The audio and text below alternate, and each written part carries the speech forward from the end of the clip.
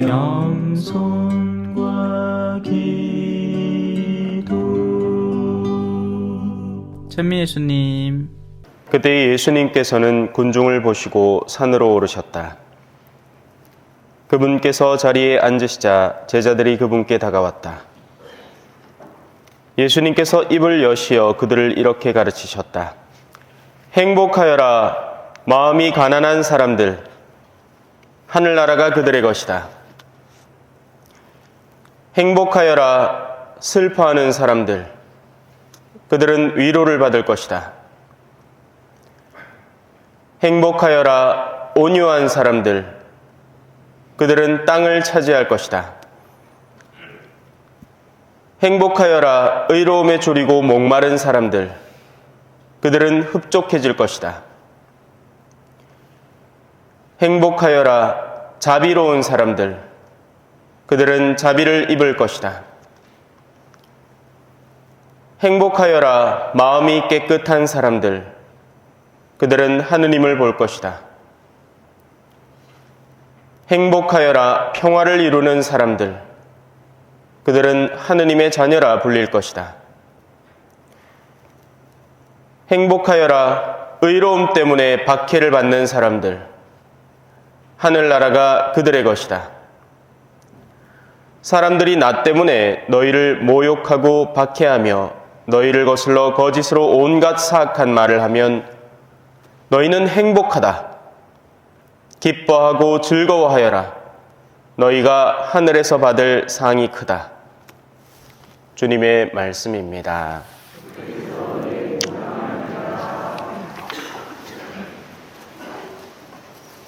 찬미 예수님.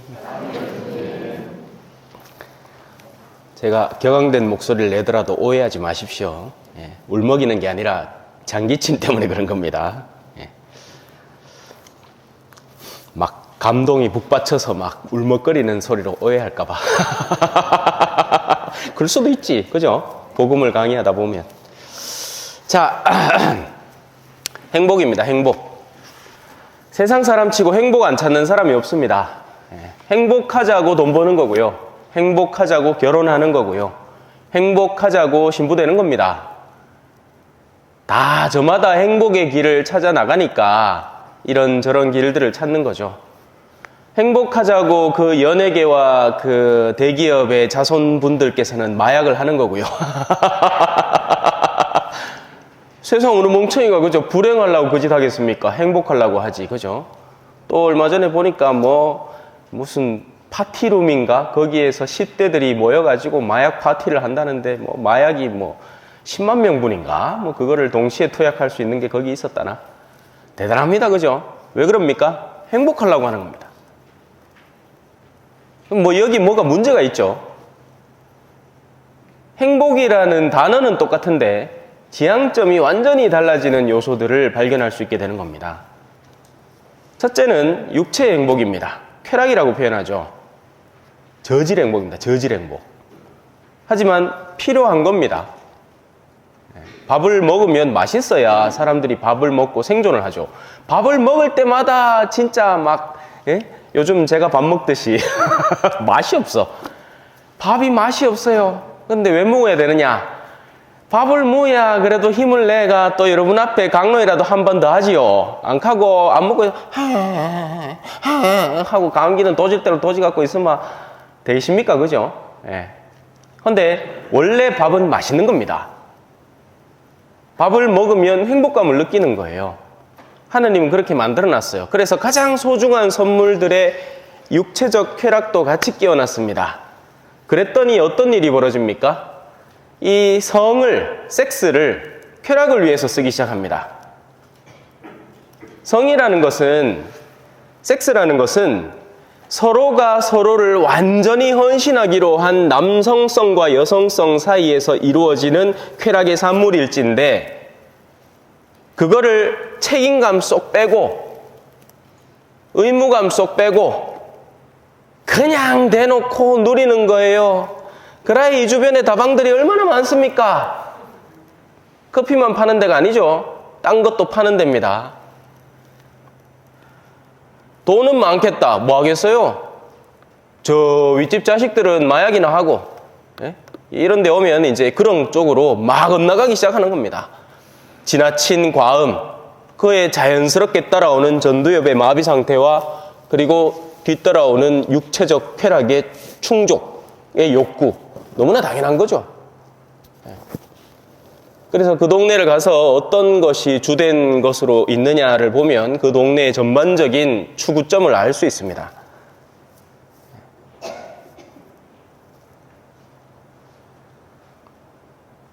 가장 낮은 단계의 쾌락입니다. 가장 낮은 단계의 행복이라고 할 수 있죠. 거기서 조금 더 올라가면 어떤 일이 벌어지느냐? 사람들은 배우고 싶어 합니다. 심지어는 강아지도 호기심이 있어요. 이게 뭘까? 뭔가 전에 안 듣던 소리를 들려주면 고개를 갸우뚱합니다.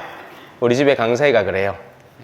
내가 평소에 먹더라 하다 먹더라 하면 갑자기 저거는 무슨 뜻이지? 왜 저렇게 얘기하지? 뭐 얘기합니다.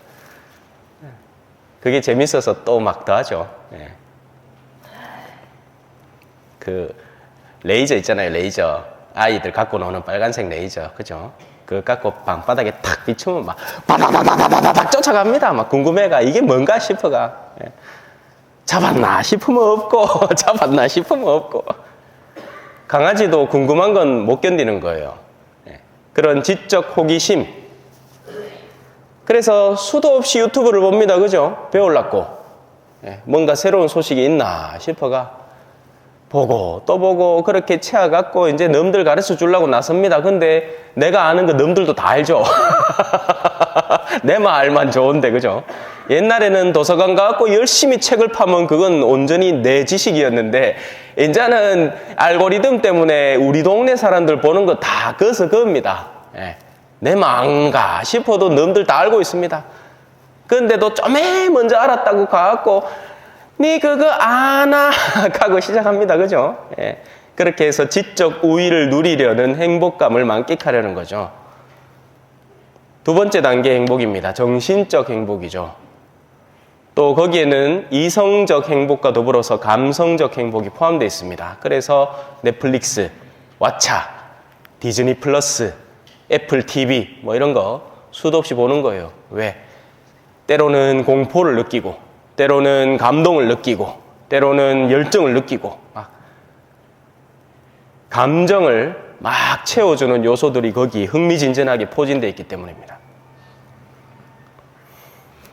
그게 두 번째 단계의 행복입니다. 조금은 더 지속적이에요.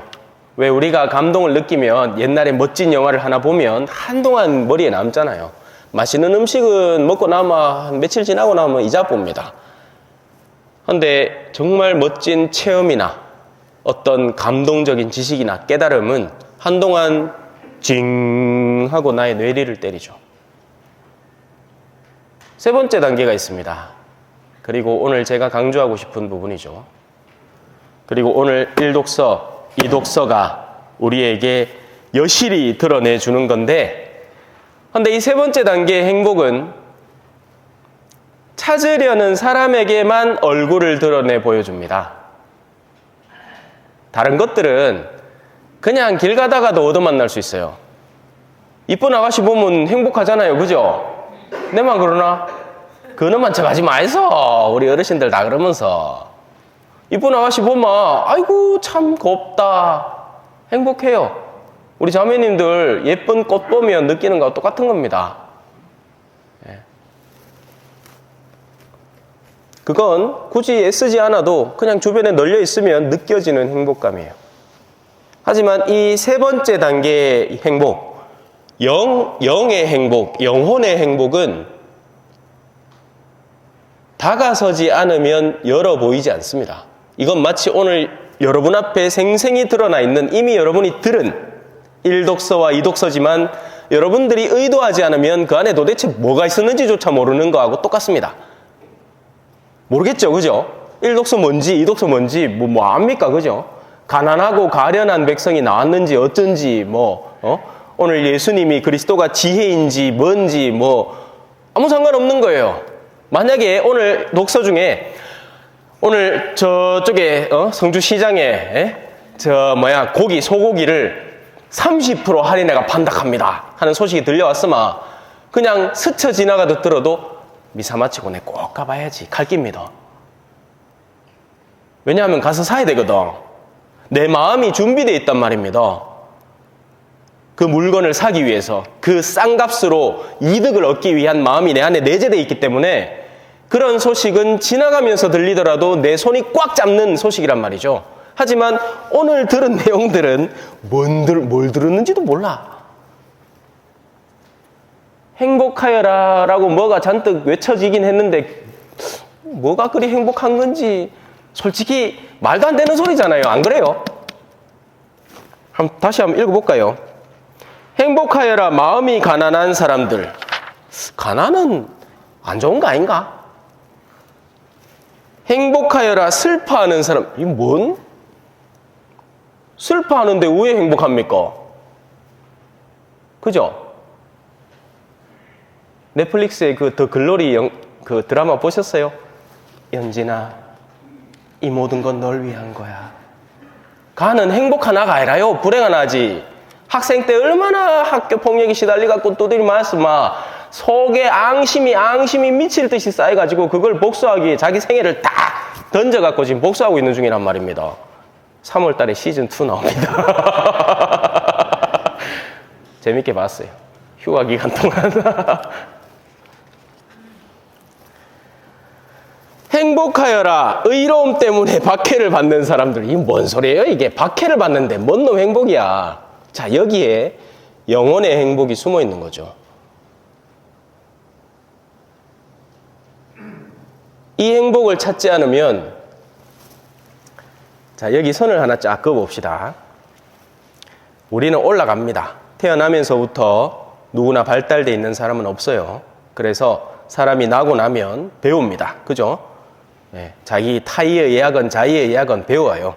예, 이게 손이고 이게 눈이고 이게 귀고 머리, 어깨, 무릎, 발 배우고 귀, 코, 귀 이게 다 배운단 말이야. 그래야 세상을 살죠. 그래서 점점 지적 수준이 발달돼 나갑니다. 그러다 보면 사회적인 양식의 범위도 넓어져요. 친구를 사귀고 싶어 해요. 연애도 하고. 사춘기 때 다들 겪는 거잖아요. 그렇게 생애 범주가 점점 발달돼 갑니다. 그러다 보면 자기 개발을 하고 싶어 해요. 예. 그래서 직장도 얻고 결혼도 하고 그리고 거기서 멈추지 않죠. 남들보다 더 나은 성공이라는 지점을 향해서 나아갑니다. 그런데 여기서 딱 부딪혀요. 벌만큼 벌었단 말이에요. 하루 삼시세끼 먹는데 문제 없단 말입니다. 하루 살아가는데 생활에 불편이 별로 없단 말이에요. 그러면 어떻게 되느냐? 여기서 두 갈래로 나뉘기 시작합니다. 한 사람은 뚫고 올라가요. 아니야, 인간이 이게 전부가 아닐 거야. 인간에게는 보다 고차원적인 행복이 존재할 것이 분명해 하면서 올바른 신앙을 찾고 하느님을 찾고 영원한 행복을 찾아 나가는 사람이 있는가 하면 다른 사람은 여기서 튕겨버립니다. 그래서 어떻게 되느냐? 마약 찾고 섹스 찾고 온갖 세상의 더러운 것들로 채워나가기 시작합니다. 세상의 권력의 다툼에 다시 빠져들고 지금까지 거기에 시달려서 이까지 올라왔음에도 다시 세상의 권력의 다툼으로 세상의 명예의 다툼으로 친구들끼리 모여갖고 어머야 니 백 새로 샀네 좋고 딱 하면 막 그게 또 부르버가 자기 남편 바가지 득득 긁어가지고 잘 잡죠. 바가지 득득 긁어갖고 나도 한 개 사달라 해서갖고 그 하면서 온갖 진흙탕 싸움으로 다시 내려가는 엉뚱한 사람들이 되는가 하면 다른 한편으로는 이 얇은 벽을 뚫어서 인간은 죽음 이후에도 무언가 있어라는 확신 속에 살아가는 겁니다. 이 영혼에 대한 기대감, 이 영혼에 대한 확신 속에서 우리는 신앙이라는 것을 비로소 살아가고요. 그 신앙은 우리에게 진짜 행복이라는 것을 일깨워주고 안내해주고 열어 보이는 겁니다. 그래서 우리 신앙을 계시신앙이라고 해요. 안 찾으면 안 드러내줘요. 내가 찾는 게 그게 아닌데 뭐. 한 번도 찾아본 적도 없는데 뭐. 관심도 가져본 적도 없는데 뭐. 또 거기에 더해서 교회가 지금까지 제대로 가르쳐 오지도 않았던 겁니다. 신앙생활 어떻게 하면 열심히 합니까? 목조기도 열심히 해서 막 표 드릉 만들어가 막 100만 단 봉헌 걔가 막 레지오 단원별로, 프레시디움별로 막 10만 달씩 바쳐야 된다. 그러면 어째 막 부도수표 막 낸다, 그죠? 기도는 안 해놓고는 바치 닦고 일단 캐놓고는 전부 다 고해서 들어와갖고 신부님, 예, 내가 이런 약속을 했는데 못 지키십니다. 용서해 주이소 하면 주님의 기도 한 번 받고 다 탕감된다, 그죠? 장사 좋아요, 그죠? 성당에서 하기 좋은 장사입니다. 겉으로 세울 건 다 세우고 내 이마에 기도했다 캐놓고는 하나님 앞에 가고 툭 털만 막 다 용서해 줘 보이겠네. 이게 뭐 하는 짓이냐고요?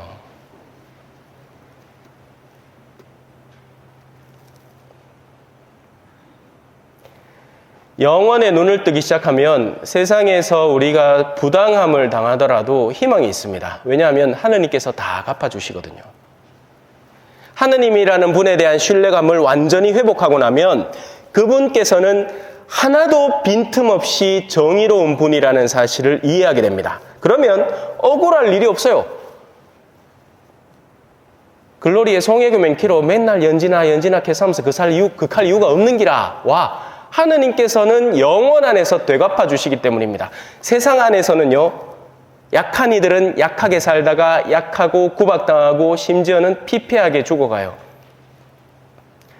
착한 부모님은 내가 뭐가 필요하다는 소리도 못 하다가 집에서 끙끙 앓다가 이제 조금만 있으면 명절에 아들 오는데 그 아프다는 소리를 못 해갖고 혼자 집에 있다가 캑! 가쁘는 기라! 그러면 아들이 이제 설날에 와갖고 문 띵 열어보면 백골이 된 부모님을 떡 만나지.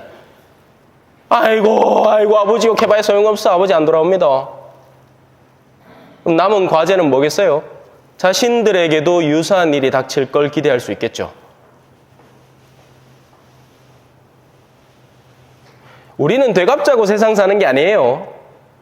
부모님에게 못당한 건 내가 그렇게 당할 걸 기대하면 됩니다. 그러면 자녀들에게 후회져야 되겠죠. 하지만 거꾸로라. 부모님한테는 할 것도 제대로 안 하고 나서는 또 자녀들한테는 와 나한테 이래 안 해주나고 섭섭해한다. 이 무슨 놈의 역설입니까 이게. 놀부신 빠 아이가. 네 것도 내 거, 내 거는 내 거, 네 것도 내 거. 예?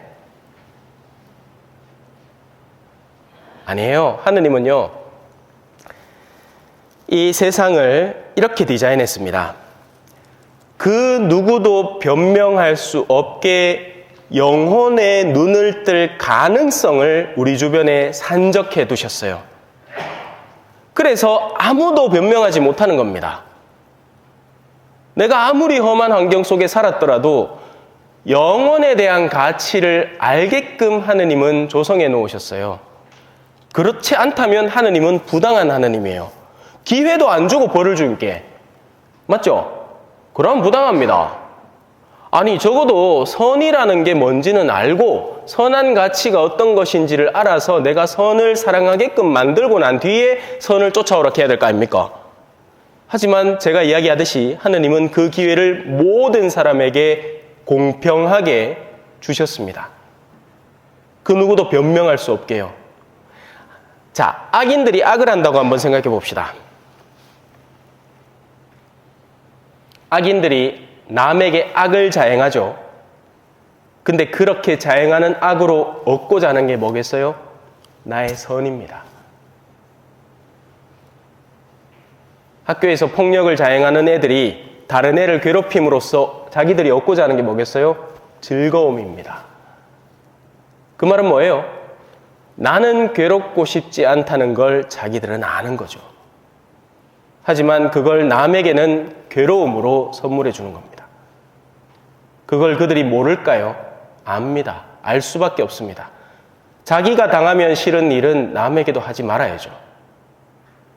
하지만 그들은 그렇게 했고 그 값을 받게 될 겁니다. 그게 하느님의 정의거든요. 그래서 의로움 때문에 박해를 받아도 됩니다.